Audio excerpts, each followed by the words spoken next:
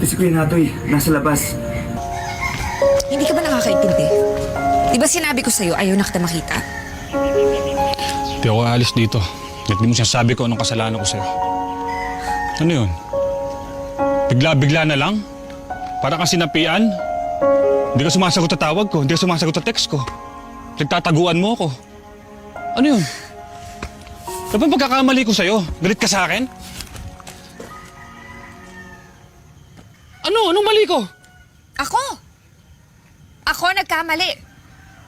Dahil naniwala ako sa'yo. Umasa ako ng isang katulad kong may anak, mamahalin pa ng isang katulad mong binata. Siguro tama nga. Tama na, dun yung piliin mo, yung babaeng yun. Kaysa sa akin na may sabit, di ba? Oh, babae? Anong babae? Sinong babae? Anong babae? Saan galing yan? Saan galing? Bakit hindi mo itanong dun sa babae mo sa airport? Kitang-kita ko kayong dalawa. At sigurado ako hindi lang siya basta babae. Ay. Nakita mo kami ni Abigail sa airport. Irene, wala yun. Ex ko yun. Ex-girlfriend ko yun. Si Mama, may binilin, kaya sinundo ko siya sa airport. Pero wala yun. Kung ano man iniisip mo, tapos na lahat yun. Pagod na ako eh.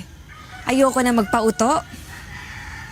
Irene, sana naman lang, kinausap mo muna ako. Kailangan mabalik yung tiwala mo sa totoong nagmamahal sa'yo. Hindi lang yung basta pagmamahal eh. Yung pagtitiwala. Takot ako na baka lokohin mo lang din ako katulad ng lalaking dumurog sa akin. Wala na akong pakialam. Hindi ako ganun. Wala akong pakialam kung wala kang tiwala sa akin. Pero paulit-ulit kong kukunin yun. Hanggang tayaan mo ako. Bigyan mo ako ng pagkakataon pagbayaran yung kasalanan ng lalaki ng loko sa'yo.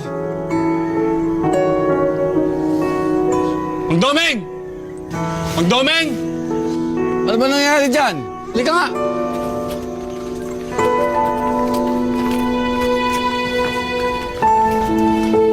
Ano ba itong ginagawa nyo? Di ba ano oras na?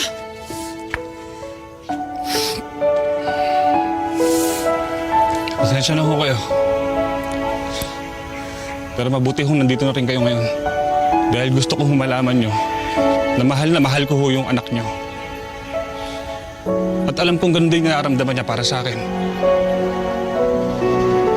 Hindi ko na ho ito patatagalin. At kung papayag ho kayo, hihingin ko yung kamay ng anak niyo.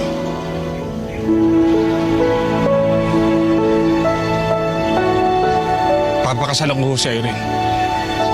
Bukas. Sa isang bukas. Kahit kailan. Araw-araw. Habang buhay.